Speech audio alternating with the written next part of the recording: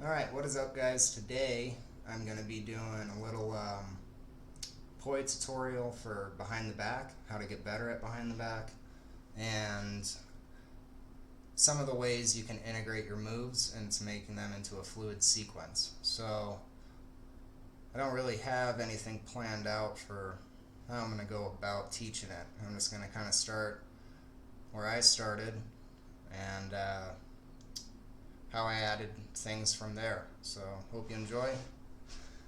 Let's turn the fan on. Get some air moving in here. Alright, so first and foremost, we're going to start out with the base move. And that is going to start from this move, which is same direction, split time. And you're going to take your body and you're going to plane it sideways.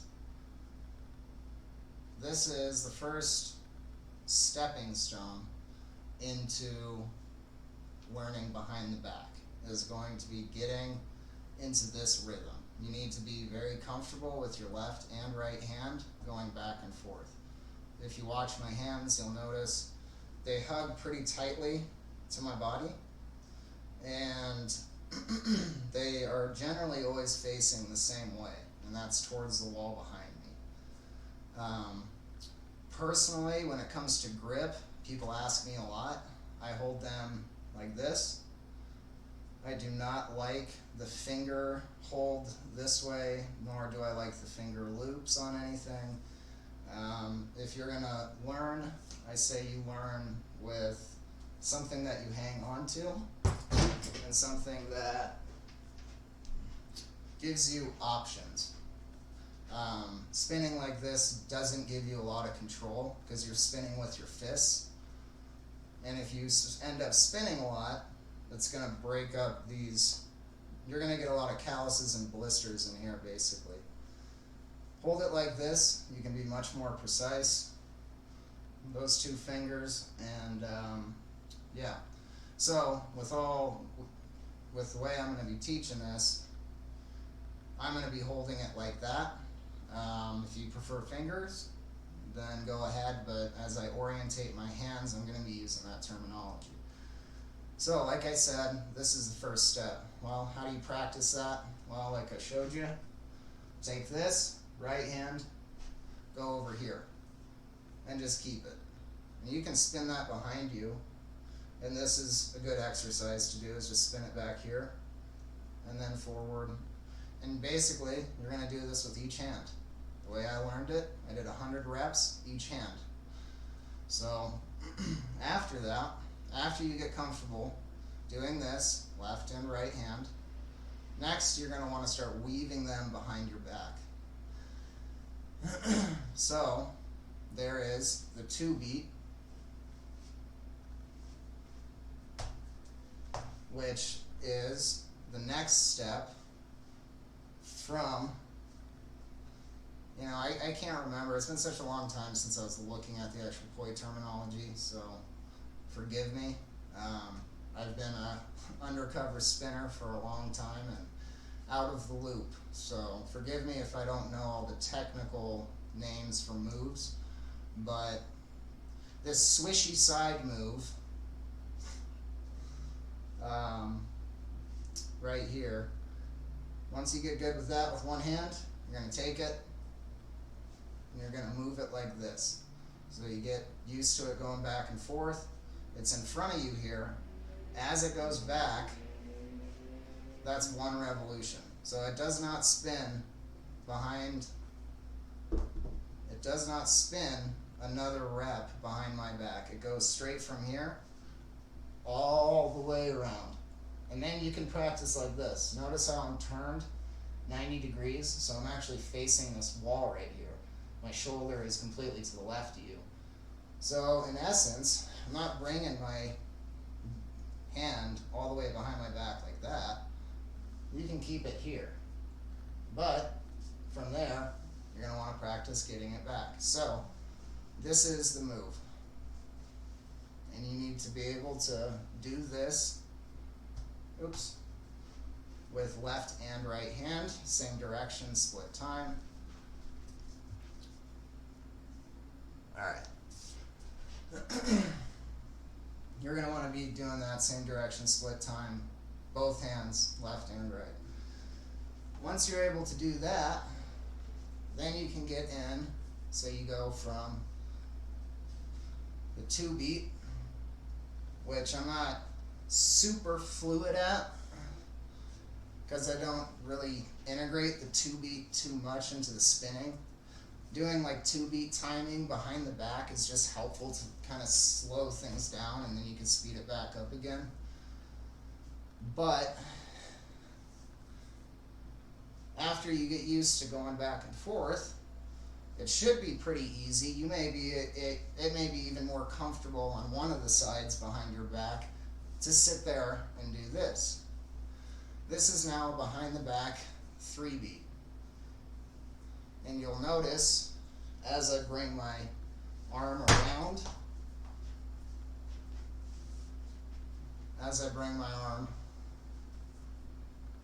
here, I wrap it around my arm. And that might look like a complicated move, and it kind of is before you get used to behind the back, but it's no different than doing a normal 3 beat where you come over and wrap your hand.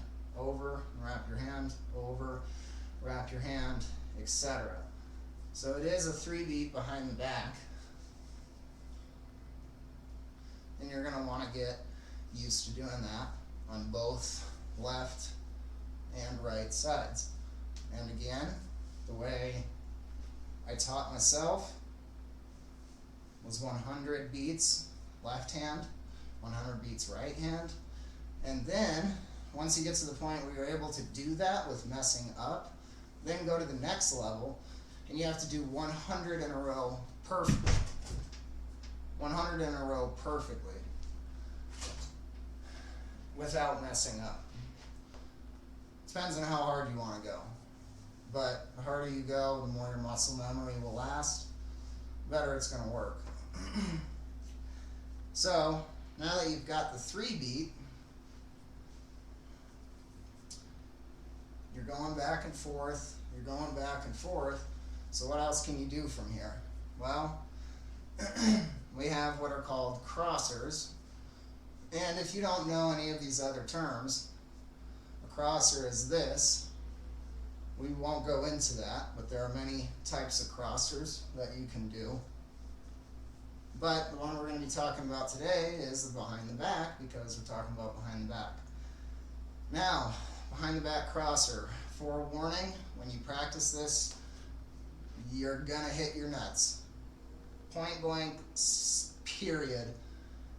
Be prepared to hit your nuts. It's going to hurt, but you'll hit yourself in the nuts enough time, or well, I'll speak for myself. I hit myself in the nuts enough times to learn how not to hit myself in the nuts. Eventually you get used to the timing, and it's not going to be that bad. But you are fully exposing yourself when you do this move. Don't say I didn't warn you. So, behind the back crosser is going to be this from the front angle. Okay?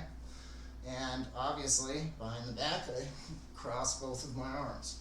And I just did it both ways as well. Coming from the left to the right, and the right to the left, in the center. It's a pretty crazy move. One of my favorites. And this is what it looks like from the back.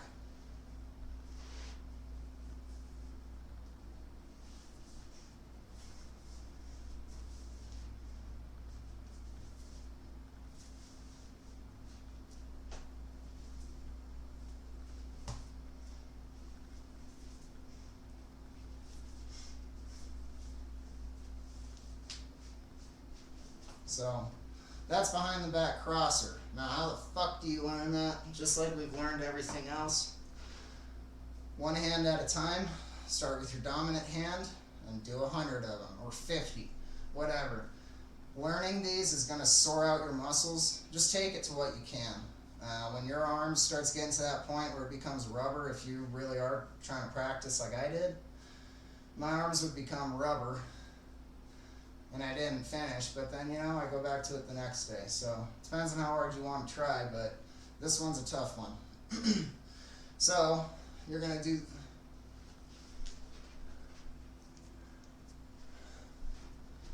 so you're going to do this with one hand and get used to it completely behind the back. I'll stand over here. Okay, right hand completely behind the back.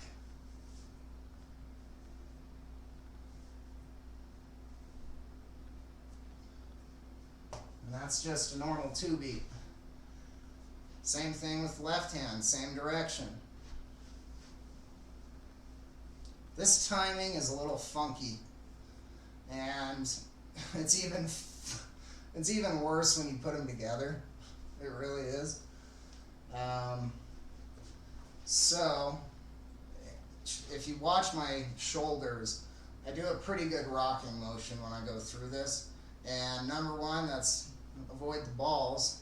And the reason this is so bad is because you're going to be back like this, and you're going to have your hands behind your back swinging this left hand coming across, and it can line up pretty good. So that's where you got to be careful.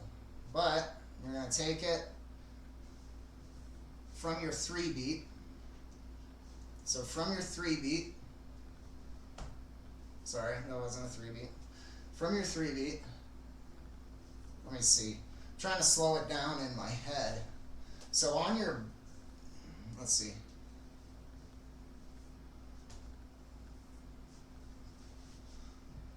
Yeah, okay.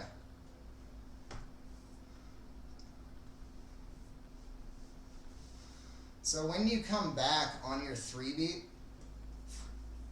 your body, your right hand, which is my yellow, or it depends on which way you spin.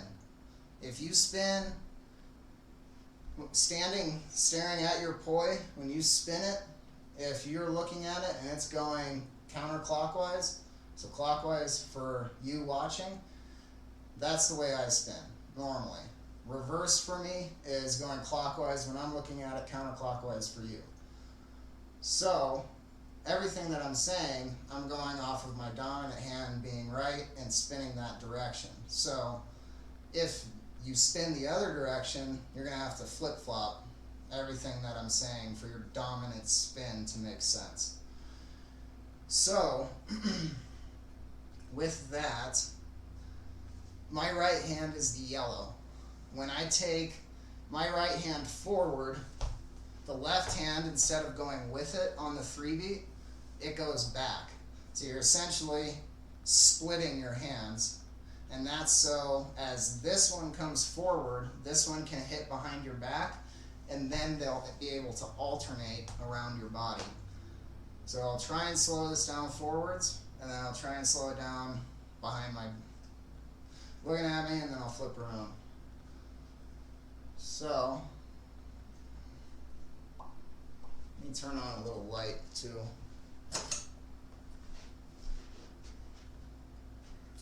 Right hand is yellow, so coming behind the back.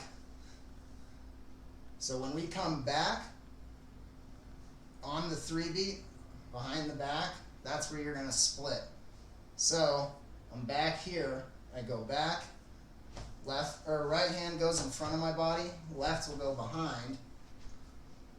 Let's do it a little bit cleaner.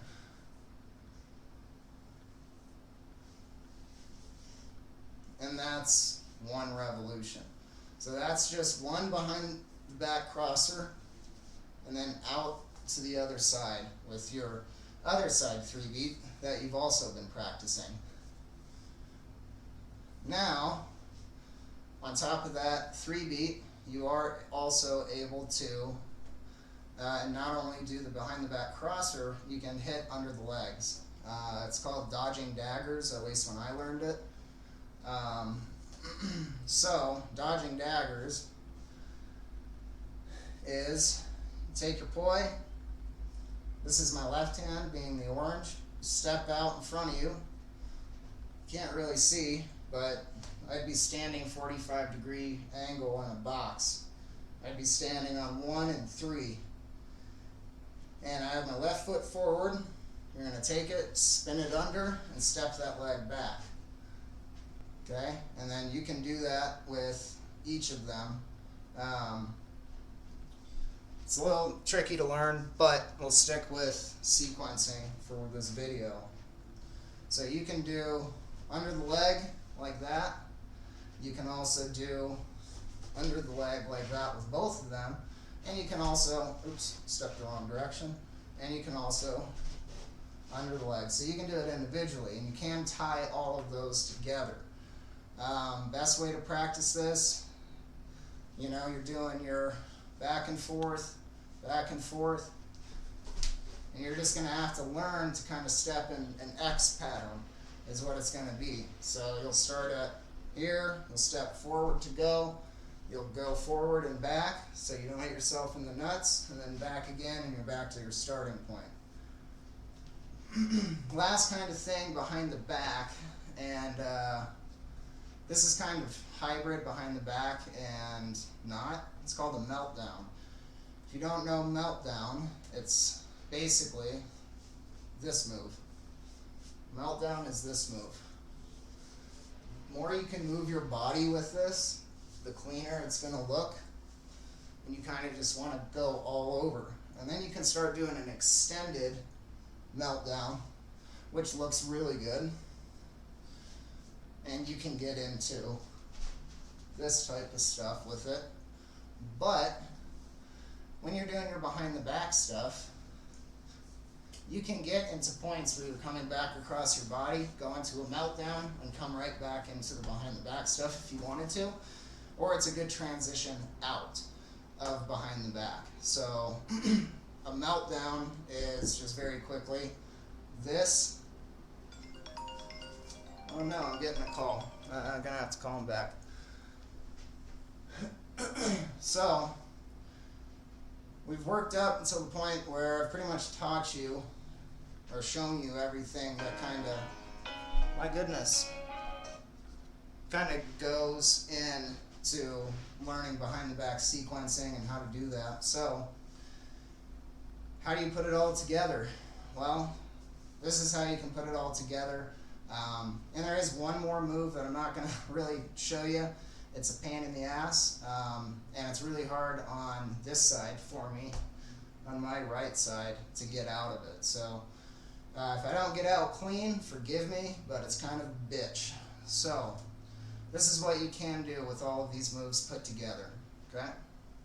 And this first move is the one that I'm talking about, where it's a behind the back, full body cross, or I don't even know what the fuck to call it. It's like a behind the back crosser. Anyway, here we go.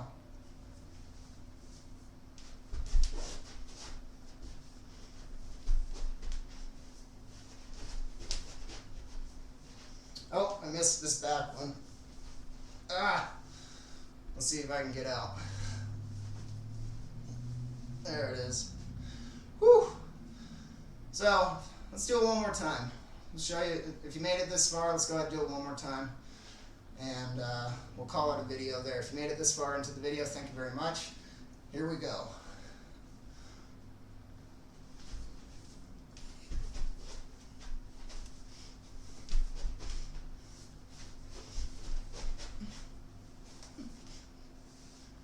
There it is. Not bad on the exit. Thank you very much for watching. Hope you learned something. If you did, leave a comment, leave a like. We'll catch you on the next one. I need some beer or something, water. I'm thirsty. Thanks for watching. Peace.